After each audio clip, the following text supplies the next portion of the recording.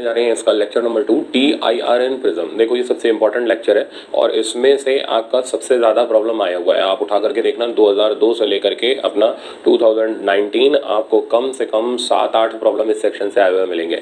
तो काफ़ी important section है, प्रॉब्लम भी अच्छा आता है। TIR के अंदर का कंसेप्ट आप मेरे से पहले भी पढ़ चुके हो, उसको हम यहाँ पे भी लगाएंगे। कुछ कॉचीज रिलेशन के सवाल भी हम देखेंगे। तो चलो स्टार्ट करते हैं। तो सबसे पहले TIR इन प्रिज्म के लिए हम लोग पहले इसका बेसिक कंसेप्ट देख लेते हैं। तो TIR इन प्रिज्म का अब क्या ये पूछता है, पहले उसके बारे में हम लोग काम करते हैं। तो इसमें जो सबसे पहला कंसेप्ट आता है वो हम लोगों ने जैसा ग्लास स्लैब ऑप्टिकल फाइबर में किया था ना, बिल्कुल वैसा ही, maximum angle of incidence.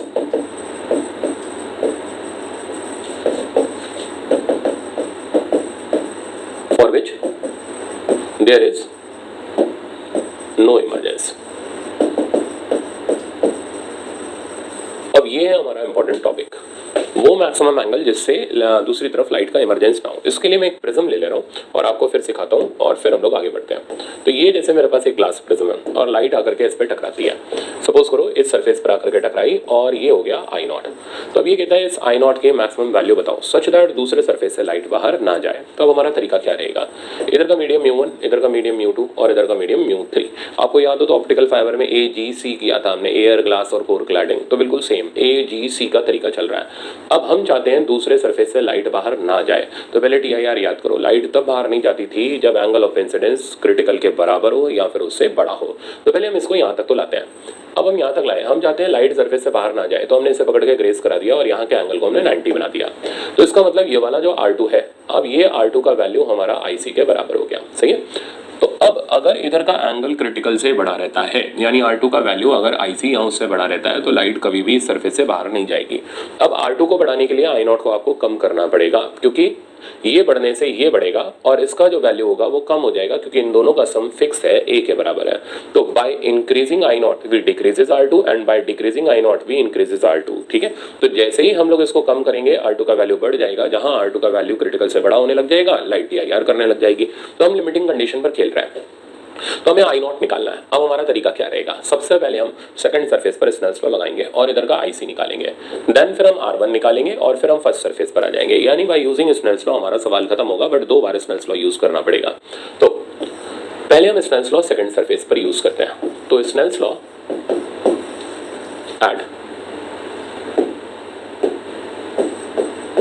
Second surface. तो जब आप सेकंड सरफेस पर स्नेल्स लॉ यूज करोगे तो रिजल्ट बनेगा हमारा μ2 sin IC या इज इक्वल्स टू μ3 sin 90। मैं IC भी नहीं लिखना चाह रहा, मैं R2 ही लिख दे रहा हूँ। तो यहाँ से हमने बेसिकली sin R2 का लिमिटिंग वैल्यू निकाल लिया जब वो क्रिटिकल के बराबर है, और ये आ गया μ3/μ2। ये बन गई हमारी first equation. After obtaining R2 अब हम मूव करेंगे फर्स्ट सरफेस पर। अब फर्स्ट सरफेस के लिए R1 की वैल्यू बच्चों जब आप देखोगे तो ये अब हमारा रिजल्ट काम में आएगा। R1 + R2 A के बराबर होता है, क्योंकि हम R2 निकाल चुके हैं। तो R1 की वैल्यू होगी A - R2। अब हम वापस से स्नेल्स लॉ यूज करेंगे फर्स्ट सरफेस पर और अब हमारा रिजल्ट बनेगा μ1 sin I0 is equals to, आगे बढ़ते हैं और अंदर का मीडियम हो गया μ2 sin R1 और R1 का वैल्यू हम यहाँ सब्स्टिट्यूट कर देंगे और इधर से हमारे पास I0 की मैक्सिमम वैल्यू आ जाएगी। ये वो मैक्सिमम वैल्यू होगी जिसके लिए लाइट सेकंड सरफेस पर TIR कर रही होगी। ठीक है ना। अगर इससे बड़ा कर दिया तो लाइट बाहर जाने लग जाएगी और इसे छोटा रखा तो लाइट अंदर की तरफ ही रह जाएगी। तो ये हमारा TIR का बेसिक कंसेप्ट रहा। अब इस पर बड़ा जरूरी है सवाल बनाना। अब सवाल जो बनाते हैं हम लोग इसके अंदर, तो वो हमारे पास कई सारे प्रॉब्लम है। जैसे ये रहा पहला प्रॉब्लम। अब आप देखते जाओ, सीखते जाओ, सारी बढ़िया प्रॉब्लम है, तो पढ़ो। तो ये कह रहा है यहाँ का मीडियम हमारे पास √2 है, μ2 का वैल्यू 2 है एंड μ3 हमारे पास 1 है। कहता है find maximum value of I0 such that ray does not emerge out of second surface. तो पहला काम, रे को वहाँ तो ले चलो जहाँ तक इसको ले जाना है, इधर ले जाओ, नॉर्मल बनाओ और अब आप इसको सरफेस पर ग्रेस करा दो। तो ये मैंने ग्रेस करा दिया, ये एंगल हो गया 90। इसको आप अपना वही R2 और इसको अपना R1। अब मैंने अभी भी क्या सिखाया, पहले सेकंड सरफेस से स्टार्ट करो और R2 का वैल्यू निकालो। तो अब हमें लगाना है सिर्फ और सिर्फ स्नेल्स लॉ। तो पूरा प्रिज्म आप देखोगे ना शुरू से आखिरी तक, वो उसमें हर जगह स्नेल्स लॉ लग रहा है। इसलिए मैंने बोला था वो अब कौन सा आपका यहाँ पर A + Δ/2 वाला फॉर्मूला काम आया, कहीं अभी तक आया नहीं आया। तो उस फॉर्मूले के बेसिस पर आप ये मत समझना आपको प्रिज्म आ गया। स्नेल्स लॉ आता अच्छे से लगाना तो प्रिज्म आ जाएगा। तो मैं इसे लगाते चलता हूँ। तो सेकंड सरफेस पर लगाऊँ तो 2 sin R2 is equals to 1 sin 90। यहाँ से बच्चों साइन R2 का वैल्यू मेरे पास आ गया और ये आ गया 1/2 और R2 हमारे पास आ गया 30 डिग्री। तो पहले हमने R2 निकाल लिया, मतलब बेसिकली हमने इधर का क्रिटिकल एंगल निकाल लिया जो कि R2 के बराबर है। तो ये फर्स्ट प्रॉपर्टी हमने यूज़ कर ली। अब हम आते हैं स्नेल्स लॉ फर्स्ट सरफेस पर लगाने के लिए। तो एट फर्स्ट सरफेस इसे लगाने से पहले आपको R1 निकाल लेना है और वो निकालने का तरीका R1 + R2 = A। तो R2 की वैल्यू होगी 30 डिग्री और A देखोगे आप डायग्राम में तो 75। तो कई बच्चे ये 75 देख के डर जाते हैं और यार 75 तुम्हारे काम नहीं आएगा, तुम्हारे काम आना है R1 की वैल्यू निकालोगे तो देखो कितनी आसान आ रही है। R1 की वैल्यू आ रही है 45। तो ये बेचारा A इसीलिए इतना गंदा दिया गया है कि आपका R1 सही से आ पाए, ठीक है। तो R1 आ गया हमारे पास 45। अब हम लगाते हैं स्नेल्स लॉ। तो स्नेल्स लॉ लगाओगे फर्स्ट सरफेस पर तो √2 sin I0 = R1, तो मैं बाद में डालूंगा 2 sin R1 की जगह 45। अब इसे सिंप्लीफाई करते हैं। तो यहाँ से sin I0 का वैल्यू अगर मैं देखूँ तो देखना कितना आता है, 2 टाइम्स sin 45 हो गया मेरे पास 1/√2 और ये ऑलरेडी मेरे पास √2 था। तो ये √2 यानी कुल मिलाकर के sin I0 की जो वैल्यू आ गई बच्चों वो आ गई मेरे पास 1, यानी I0 की जो वैल्यू आ गई वो आ गई 90 डिग्री। अब अगर आप इसमें ऑप्शन चेक करोगे तो I0 बराबर 90 डिग्री एक भी ऑप्शन नहीं है, इसलिए हमारा इसके अंदर ऑप्शन चला गया नन ऑफ दीज। यानी जब एंगल ऑफ इंसिडेंस 90 डिग्री होगा, यानी मैक्सिमम एंगल ऑफ इंसिडेंस की वैल्यू 90 डिग्री होगी, तब तक तो रे बाहर नहीं जाएगी। इसका मतलब किसी भी एंगल वाली रे इस प्रिज्म में बाहर नहीं जा सकती क्योंकि उसका मैक्सिमम एंगल कितना है 90 से बड़ा करोगे तो ही तो बाहर जाएगी। 90 से बड़ा एंगल ऑफ इंसिडेंस होता ही नहीं तो रे के बाहर जाने का कोई चांस नहीं है। आगे बढ़ते हैं। तो अब ये सेकंड प्रॉब्लम, ये भी मैंने उस जैसा ही रखा है, इसलिए रखा है ताकि आप अच्छे से इस कंसेप्ट को सीख पाओ, ठीक है ना। ये बढ़िया कंसेप्ट है। तो चलो स्टार्ट करते हैं। इसमें भी हमें मैक्सिमम वैल्यू ऑफ I0 निकालना है सच that ray does not emerge out of second surface. तो हम रे को आगे ले चलते हैं और यहाँ पर हम इसको ग्रेस करा देते हैं, मतलब हम R2 को क्रिटिकल एंगल के बराबर कर दे रहे हैं। अच्छा, अब फिर से स्टार्टिंग हमारी होगी सेकंड सरफेस से। पहले यहाँ का स्नेल्स लॉ लगाते हैं। तो √6 sin R2 = मेरे पास आ गया √3 sin 90। सिंप्लीफाई करोगे तो sin R2 का वैल्यू हमें मिल जाएगा √3/√6 विच बिकम्स 1/√2 और R2 का वैल्यू आ गया हमारे पास 45। अब आ जाते हैं हम फर्स्ट सरफेस पर। फर्स्ट सरफेस पर आने के लिए आपको R1 निकालना पड़ेगा। तो अगेन R1 + R2 का सम हमारे पास 45 हो गया, तो R1 का वैल्यू मेरे पास 30 डिग्री आ गया। अब अगर मैं स्नेल्स लॉ यूज़ करूँ इस फर्स्ट सरफेस पर तो देखते क्या आता है। तो √2 sin I0 = √6 sin 30। सिंप्लीफाई करते हैं तो sin I0 का वैल्यू आ गया √6/2√2। इसको और सिंप्लीफाई करोगे तो ये बचेगा आपके पास √3/2। अब √3/2 होती है 60 डिग्री की वैल्यू, तो I0 हमारा 60 डिग्री बन गया। तो ये इस पे बेस्ड मैंने आपको 2 प्रॉब्लम दिखाई जिसमें हम लोग सेकंड सरफेस से रे को बाहर नहीं जाने देते हैं। अब इसी तरीके का नेक्स्ट प्रॉब्लम देखो। तो ये नेक्स्ट प्रॉब्लम ये बेस्ट प्रॉब्लम है, ठीक है ना। और इस प्रॉब्लम को अब आप सीखो अच्छे तरीके से कि कैसे अटेम्प्ट करते हैं। इस प्रॉब्लम में बोला गया है, ये इसको आप इंपॉर्टेंट मार्क कर लेना और ये इसका बहुत अच्छा प्रॉब्लम है। देखो कहता है लाइट आ रही है फर्स्ट सरफेस पर नॉर्मली टकराती है, तो भाई यहाँ तक तो नॉन स्टॉप चली गई। अब ये कहता है कि find out angle of emergence, calculate angle of deviation. हमें लाइट का डेविएशन का एंगल निकालना है। अब ध्यान से सुनना, ये एक ग्लास प्रिज्म है। अचानक से ये बात ध्यान नहीं आती, मतलब इसका क्या यूज़ है। तो पहला काम, आप जब लाइट को इस जगह पर टकरा रही हो तो पहले आप नॉर्मल बनाओ और नॉर्मल बना करके इधर का एंगल ऑफ इंसिडेंस चेक कर लो। तो देखना बेटा, ये एंगल 90 हो गया, ये 60 हो गया, तो ये 30 हो गया और इस जगह का एंगल ऑफ इंसिडेंस मेरे पास 60 आ गया। 60 डिग्री एंगल ऑफ इंसिडेंस। अब एक बात बहुत पुरानी है वो याद करना, ग्लास प्रिज्म में क्रिटिकल एंगल जो होता था, मैंने आपको जब ये रिफ्रैक्शन एट प्लेन सरफेस पढ़ाने शुरू किए थे, स्नेल्स जहाँ पर TIR पढ़ाया था, फर्स्ट लेक्चर में बताया था कि जहाँ ग्लास प्रिज्म आता है, ग्लास का क्रिटिकल एंगल का वैल्यू 42 डिग्री होता है। तो इंपॉर्टेंट, ये अचानक ध्यान नहीं आता, इसलिए मैंने सवाल को यहाँ पर रखा हुआ है। तो पहली बात, critical angle for glass is 42 degree. दूसरी बात, लाइट का angle of incidence 60 degree which is much greater than critical angle. इस बात का मतलब ये निकला, ये लाइट यहाँ से बाहर नहीं जाएगी, लाइट यहाँ पर TIR सफर करेगी, यानी light will undergo TIR, total internal reflection. अगर लाइट यहाँ पर TIR अंडरगो करेगी या TIR करेगी तो अब क्या होगा। तो TIR करने की वजह से ये लाइट यहाँ से रिफ्लेक्ट होगी, तो ये मैंने रिफ्लेक्ट करा दी। अब रिफ्लेक्ट हुई तो रिफ्लेक्ट की प्रॉपर्टी क्या हुई, जितना एंगल ऑफ इंसिडेंस उतना ही एंगल ऑफ रिफ्लेक्शन, यानी ये भी एंगल 60 डिग्री हो गया। अब ये चेक करना पड़ेगा कि इस सरफेस पर लाइट कैसे टकरा रही है। इसका इलाज ये रहा, ये 60 डिग्री, तो ये आ गया बच्चों 30 डिग्री, ये ऑलरेडी 60 था, दोनों का सम हमारे पास 90 हो गया। मतलब ये जो लाइट है जो इस जगह पर टकरा रही है, ये लाइट सीधी यूं निकल जाएगी। क्यों निकल जाएगी? क्योंकि ये एंगल हमारा फिर से 90 डिग्री हो जाएगा। मतलब सेकंड सरफेस पर टकराई हुई लाइट जहां पर टीआईआर करी 60 डिग्री पर रिफ्लेक्ट हुई और वापस से नॉर्मल बनती हुई इधर निकल गई। मतलब लाइट का सिर्फ और सिर्फ रिफ्लेक्शन हुआ, कहीं पर भी रिफ्रैक्शन, कुछ हमें स्नेल्स लॉ नहीं अप्लाई करना पड़ा। तो अब हमसे पूछा जा रहा है डेविएशन का एंगल। डेविएशन का मतलब होता है अपने ओरिजिनल पाथ से मुड़ना। तो लाइट का ये था ओरिजिनल पाथ, यहां से लाइट इधर मुड़ी, ये इसका डेविएशन हो गया। अब इसको बेटा आप निकालोगे तो ये हो जाएगा अपना पूरा 180 में से इतना माइनस कर दो, यानी इस डेविएशन की वैल्यू 60 डिग्री। तो डेविएशन हो गया 180 माइनस 120, यानी आंसर आ गया 60। तो ये एक लॉजिकल बेस्ड प्रॉब्लम था, इसको आप अपनी कॉपी में जरूर लिख लेना, इसको वापस से देख लेना किस तरीके से मैंने इसको अटेम्प्ट किया, क्योंकि अचानक से क्लिक नहीं करता, इसलिए लास्ट मोमेंट पे इसको रिवाइज करना जरूरी है। आगे बढ़ते हैं नेक्स्ट प्रॉब्लम। अब देखो फिर से उसी कैटेगरी का मैंने एक और प्रॉब्लम रखा, बट ऐसा आपके एआईबीएमटी में आ चुका है, ठीक है ना। आई थिंक शायद ये आया था 2012 या 13 के आसपास, वो देख लेना आप। अच्छा, अब प्रॉब्लम ये है, कहता है लाइट नॉर्मली टकराती है, तो म्यू का वो वैल्यू बता दो कि लाइट यहाँ से बाहर ना जाए। अब यहाँ पर हम किस तरीके से काम करें? तो पहला काम, हम बार बार से यहाँ से क्यों खड़े होकर सोच रहे हैं, पहले वहां तक तो ले जाओ जहाँ लाइट को ले जाना है। तो यहाँ तक हम लाइट को ले गए। अब इधर का हम एंगल ऑफ इंसिडेंस निकालेंगे, फिर हम कंडीशन लगाएंगे कि भाई अगर बाहर नहीं जाने देना तो ये एंगल क्रिटिकल एंगल से बड़ा होगा, ठीक है ना। तो चलो स्टार्ट करते हैं। तो इधर का एंगल ऑफ इंसिडेंस अगर आप निकालोगे तो बड़े आराम से निकाल लोगे। ये 45, ये 90, तो ये 45 और इधर आई का बच्चों वैल्यू आ गया 45। तो हमेशा ध्यान रखना जिस जगह पर वो बात कर रहा है पहले वहां तक पहुंचो, वहां का एंगल ऑफ इंसिडेंस निकालो, फिर आगे कंडीशन बिल्डअप करो। तो अब हम चाहते क्या? रे does not emerge out of second surface. तो ऐसा कराने के लिए अब हमें बेसिक लगाना पड़ेगा। तो इफ रे does not emerge out of second surface, then angle of incidence I must be greater than equal to IC।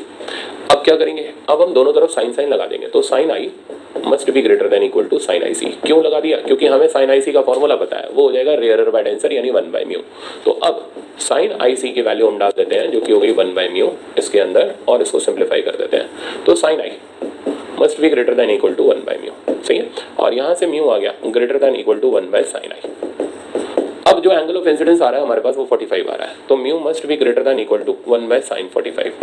sin 45 की वैल्यू हमारे पास 1/√2 हो गई। This implies mu must be greater than equal to √2। तो mu जब √2 से बड़ा होगा तो ऐसे सिचुएशन में यहाँ का एंगल क्रिटिकल से बड़ा होगा। क्रिटिकल से बड़ा होने पर लाइट बाहर नहीं जाएगी, वो रिफ्लेक्ट होकर के सीधी नीचे निकल जाएगी, ठीक है ना। तो 90 डिग्री पर रिफ्लेक्ट होती हुई यूं करके नीचे चली जाएगी। तो म्यू ग्रेटर देन √2। अब ग्रेटर देन √2 में हमारा ऑप्शन कौन कौन सा जा रहा है? √2 यानी 1.414। तो ये तो भाई छोटा है, तो ये तो ऑप्शन है नहीं। ये भी छोटा है, ये भी ऑप्शन नहीं है। अब ये √3 हो गया 1.73, तो 1.4 से बड़ा हो गया, दैट मीन्स हमारा ऑप्शन नंबर सी हो गया, ठीक है।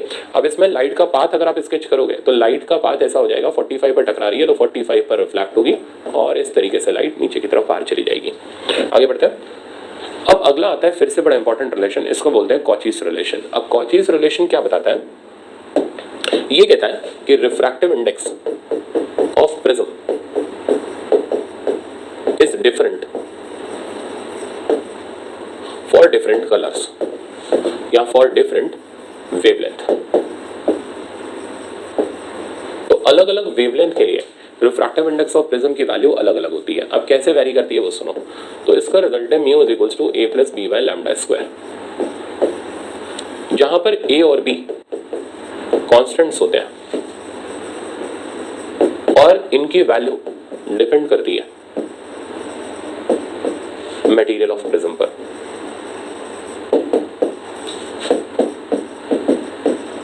तो ये प्रिज्म के मटेरियल के ऊपर डिपेंड करते हैं, ठीक है ना। तो जैसे जैसे ग्लास का मटेरियल चेंज होगा, जैसे क्राउन ग्लास के लिए अलग, फ्लिंट ग्लास के लिए अलग, तो जब प्रिज्म का मटेरियल चेंज होगा तो उस वक्त ये a और b के कांस्टेंट चेंज हो जाएंगे। अच्छा, अब लैम्डा, तो लैम्डा के लिए अगर हम काम शुरू करें तो लैम्डा में अगर आप चेक करो विबग्योर, तो सबसे छोटी वेवलेंथ वॉयलेट की हो गई और सबसे बड़ी वेवलेंथ रेड की हो गई। तो जिसका वेवलेंथ सबसे छोटा उसका रिफ्रैक्टिव इंडेक्स सबसे ज्यादा। अब रिफ्रैक्टिव इंडेक्स जितना ज्यादा, तो अभी अभी हम लोगों ने काम किया था साइन IC के फॉर्मूले पर, साइन IC था 1/μ। तो जितना रिफ्रैक्टिव इंडेक्स ज्यादा उतना क्रिटिकल एंगल कम। क्रिटिकल एंगल जितना कम, ठीक है ना, लाइट को TIR करवाना उतना आसान, क्योंकि वो जल्दी TIR कर जाएगी। तो जितना क्रिटिकल एंगल कम होगा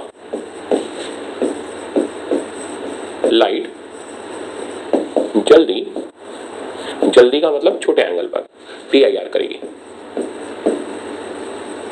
अब बड़ी इंपॉर्टेंट बात वो सुनो, तो अगर रेड कलर की लाइट TIR कर रही है तो इस बात का मतलब ये निकला कि इंसिडेंस का एंगल रेड के क्रिटिकल से बड़ा है। तो अगर ये रेड के क्रिटिकल से बड़ा है तो सारों के क्रिटिकल से बड़ा है। इसका मतलब अगर रेड कलर TIR कर रहा है तो हर कलर TIR करेगा, बट अगर वॉयलेट कलर TIR कर रहा है तो हर कलर TIR नहीं करेगा, क्योंकि वॉयलेट के TIR करने का मतलब इसका क्रिटिकल इससे तो इसका एंगल ऑफ इंसिडेंस इससे तो बड़ा है, बट बाकियों से तो छोटा हो गया, तो फिर बाकी कलर TIR नहीं करेंगे। तो मैं इस बात को नोट करके आगे लिख देता हूं। तो ये बड़ा इंपॉर्टेंट पॉइंट है। इंपॉर्टेंट पॉइंट ये है, अगर लार्ज क्रिटिकल एंगल वाली रेस TIR कर रही है,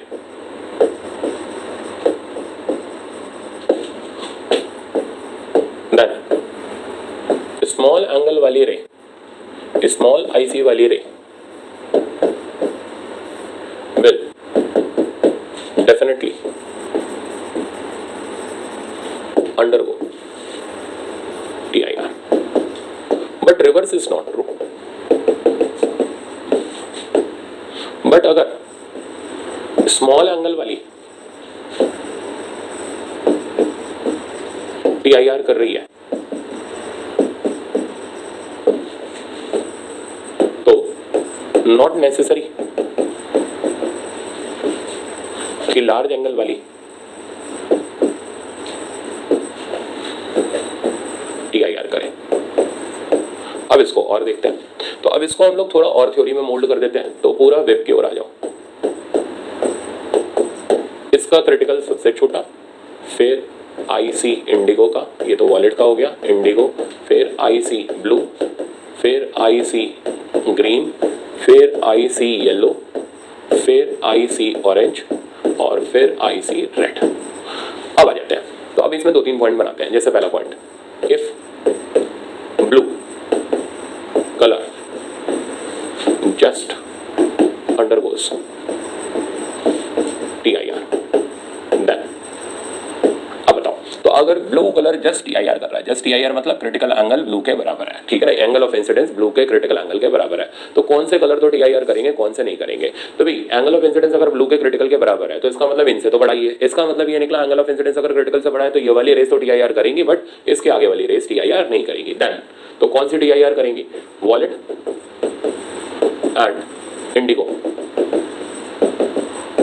विल अंडरगो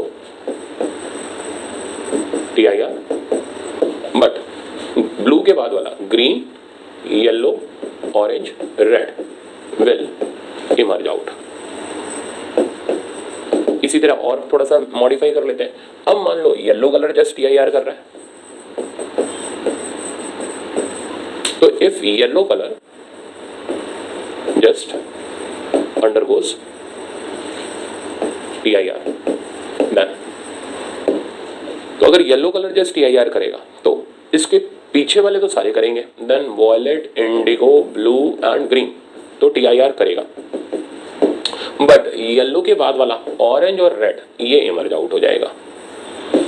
तो आई थिंक आप समझ आ गया होगा कि किस तरीके से TIR का क्या बेसिक कंसेप्ट होता है। तो TIR तभी होता है जब एंगल ऑफ इंसिडेंस क्रिटिकल से बड़ा हो, ठीक है ना। अब म्यू के साथ इसका क्या रिलेशन होता है वो भी एक बार समझ लेते हैं।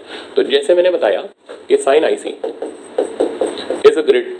Is equals to 1 by mu, ये हो गया। अब म्यू घटने बढ़ने का क्या इसका सिग्निफिकेंस होता है, तो फॉर TIR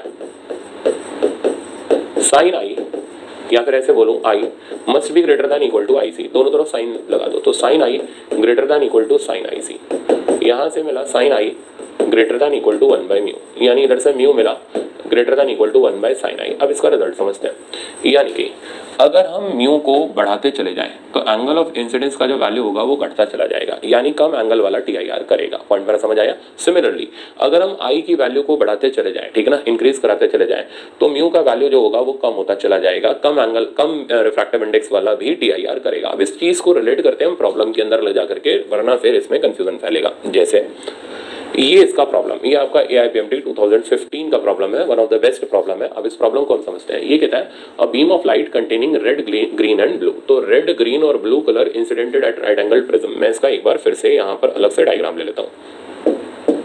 तो ये एक राइट एंगल प्रिज्म है, जिस पर 3 कलर की लाइट रेज आकर के टकरा रही हैं, रेड, ग्रीन एंड ब्लू।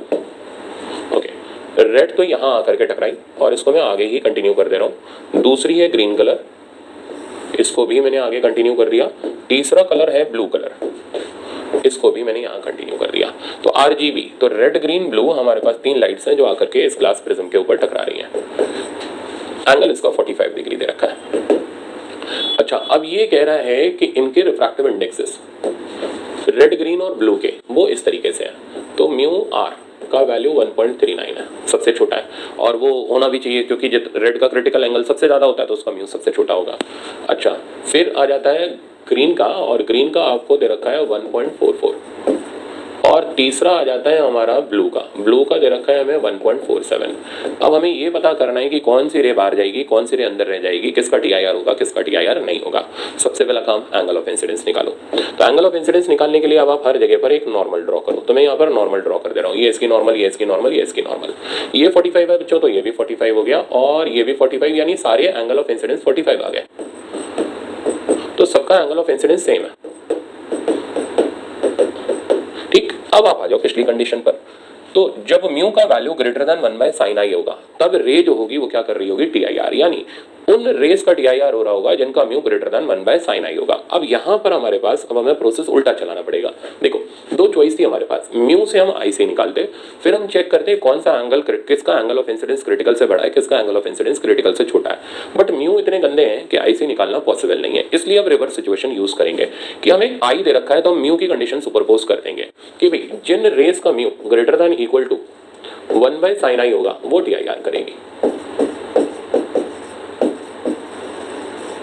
तो अब इसको सिंप्लीफाई कर लेते हैं। तो mu greater than equal to 1/sin i, I हमें पता ही है 45, यानी जिन रेस का म्यू 1/sin 45 हो गया बेटा √2, तो जिन रेस का म्यू √2 से बड़ा या उसके बराबर होगा विल अंडरगो TIR। अब mu greater than equal to √2 हो गया 1.414। तो अब चेक करते हैं कि कौन से कलर का म्यू 1.414 से बड़ा है। तो ग्रीन कलर का म्यू ग्रेटर देन 1.414 है, तो इसका मतलब ग्रीन कलर तो TIR करेगा, ब्लू कलर भी TIR करेगा। तो दो कलर तो रिफ्लेक्ट हो जाएंगे, ग्रीन और ब्लू, और रेड कलर सीधे बाहर की तरफ निकल जाएगा। तो इनमें से ग्रीन और ब्लू तो इस तरीके से आ गए, ग्रीन इधर आ गया एंड ब्लू कलर इधर आ गया। अच्छा, पर रेड कलर बाहर की तरफ निकल गया इस तरीके से। तो कौन सा कलर किससे सेपरेट हो गया, तो बच्चों रेड कलर ब्लू और ग्रीन से सेपरेट हो गया। तो हमारा ऑप्शन इसके अंदर आ गया, this prism will separate blue colour from red and green, separate all 3 colour, नहीं, not separate 3 colour, separate red colour from green and blue, यानी ऑप्शन नंबर हमारा डी इसके अंदर आ गया। तो आपको मैंने 2 तरीके बता दिए हैं, ठीक है ना, एक तो म्यू दे रखा और आई निकालना, और एक आई से म्यू निकालने वाला। तो आई से म्यू निकालने वाली आइडेंटिटी आप याद रखना, ये आपके फिर से बहुत ज्यादा काम में आएगी कि अगर हमें आई दे रखा है तो हम कैसे पता करें कि किन किन म्यूज के लिए हमारी रेट TIR करेगी, किन किन म्यू की वैल्यूज के लिए वो TIR नहीं करेगी। तो जिनका mu greater then 1/sin i होगा वो TIR करेगी, जिनका नहीं होगा वो नहीं करेगी। अब हम आगे बढ़ते हैं और एक और सवाल इसके ऊपर हम फ्रेम कर लेते हैं जिससे आपको ये कंसेप्ट अच्छे से आ जाए। जैसे अब इसी का आप ये वर्जन ले लो, मेरे पास एक ये प्रिज्म है जिसका एंगल 60 डिग्री है, ये 90 डिग्री है और ये बच्चों 30 डिग्री है। ये मैंने यहाँ पर लाइट इंसिडेंट कराई।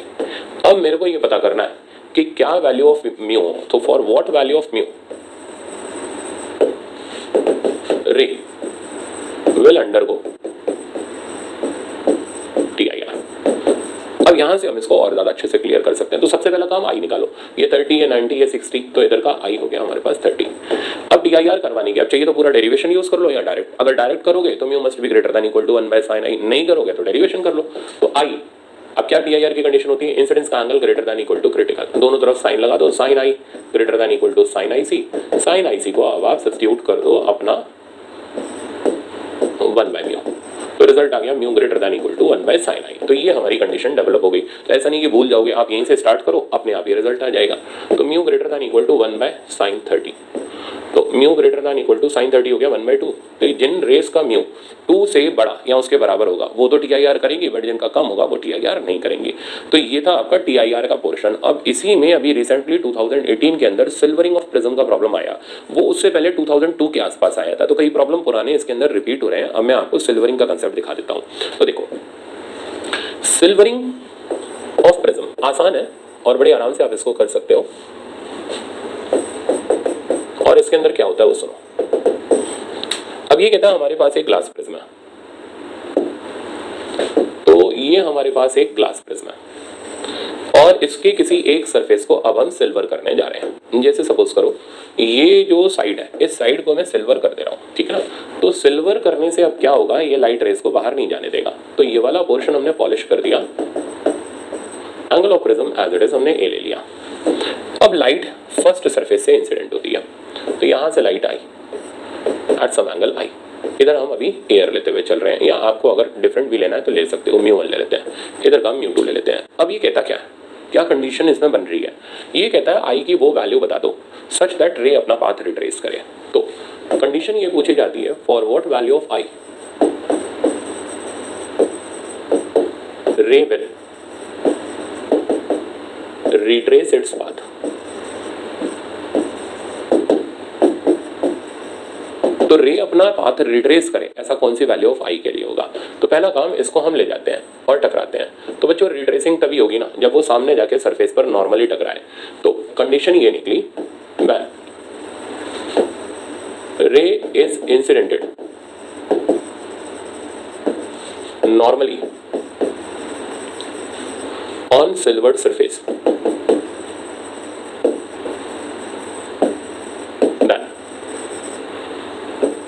Retraces its path. तो वो अपने पाथ को रिट्रेस करेगी। अब अगर हमें पाथ रिट्रेस कराना है कुछ इस तरीके से, तो ये रिट्रेसिंग हो गई। तो अब रिट्रेसिंग कराने के लिए अब हमें कंडीशन निकालनी है, हमें आई का वैल्यू निकालना है। तो वो तो एक ही तरीके से निकलेगा, स्नेल्स लॉ। आप देख लो 2 लेक्चर मैंने लगाए, दोनों के अंदर पूरा प्रिज्म आपको स्नेल्स लॉ से पढ़ाया, इवन TIR भी हम पूरा स्नेल्स लॉ से खत्म करके चले आए। अब कैसे हम इसको अटेम्प्ट करेंगे वो सुनो। यहाँ का एंगल 90 डिग्री है, यार ये 90 हो गया, ये A हो गया, तो ये वाला एंगल हो गया 90 माइनस A। और इतनी बढ़िया बात होगी, R1 का वैल्यू भी हमारे पास A के ही बराबर आ गया, ठीक है ना। अब R1 हमें डायरेक्ट A के बराबर मिल गया, स्नेल्स लॉ लगाओ, आई निकाल लो। तो अब हम स्नेल्स लॉ लगा लेते हैं। तो जैसे ही आप स्नेल्स लॉ यूज करोगे फर्स्ट सरफेस के ऊपर, तो रिजल्ट हमारा तैयार हो जाएगा, μ1 sin i is equals to, दूसरे पर आ जाएगा μ2 sin R1, R1 की जगह हमारे पास A आ जाएगा। यहाँ से हम अपना sin i का रिजल्ट निकाल लेंगे, जो कि हो जाएगा μ2 बाई μ1 टाइम्स sin a। अब याद करने की भी जरूरत नहीं है क्योंकि आप आराम से अटेम्प्ट कर सकते हो। तो चलो इस पे प्रॉब्लम देखते हैं। पहला प्रॉब्लम आपका नीट 2018 के अंदर आया हुआ है, सेम ऐसा ही 2002 के अंदर आया था। तो पहले इसको हम कंप्लीट करते हैं। प्रॉब्लम ये कह रहा है refractive index of material of prism is √2। तो ये हमारे पास एक प्रिज्म है, मैं कलर चेंज कर लेता हूँ इसका। इस प्रिज्म का जो रिफ्रैक्टिव इंडेक्स है वो हमें दे रखा है √2। अच्छा, फिर ये बोल रहा था angle of prism is 30 degree. तो एंगल ऑफ प्रिज्म का वैल्यू 30 डिग्री है। One of the 2 refracting surface is silvered. तो ये हमने यहाँ पर सिल्वर कर दिया। अब इसके बाद ये बोल रहा है a beam of monochromatic, monochromatic मतलब सिंगल वेवलेंथ। तो यहाँ से हमारे पास मोनोक्रोमेटिक लाइट आई, entering from the other face retraces its path. तो इसको पहले हम आगे ले चलते हैं और यहाँ पर टकराते हैं नॉर्मली, सच दैट ये अपने पाथ को रिट्रेस कर जाए। तो हमें आई का वैल्यू ढूंढ करके देना है। तो चलो पहला काम, हम यहाँ का एंगल लिख लेते हैं। वो मैंने अभी थ्योरी पार्ट में बताया था कि आर का वैल्यू A के बराबर हो जाएगा, दैट मीन्स ये 30 डिग्री आ गया। अब आपको सिर्फ और सिर्फ एक ही काम करना है, स्नेल्स लॉ लगाओ, प्रॉब्लम खत्म। तो अब हम स्नेल्स लॉ लगाते हैं और हमारा प्रॉब्लम कंप्लीट हो जाएगा। तो यहाँ का रिजल्ट हो गया sin i is equals to mu की जगह आ गया √2 sin 30। अब इसको सिंप्लीफाई करोगे बेटा तो sin i आ जाएगा अपने पास, sin 30 हो गया 1/2, ये बन गया 1/√2। तो i का वैल्यू आ गया 45। तो देखा कितना आसान सा प्रॉब्लम था। तो i आ गया हमारे पास 45, ऑप्शन नंबर हमारे पास 2 हो गया। तो ये इस तरीके से हम लोग प्रॉब्लम को बड़े आराम से कर सकते हैं। अब ये लेक्चर आप जरूर प्रैक्टिस कर लेना, ठीक है ना। यूनिवर्सल से प्रॉब्लम जरूर लगा लेना। मैंने मोस्ट ऑफ द चीज़ें सारी की सारी कवर कर दी हैं इसके अंदर। नेक्स्ट लेक्चर हमारा थिन प्रिज्म का रहेगा। चलो, थैंक यू सो मच।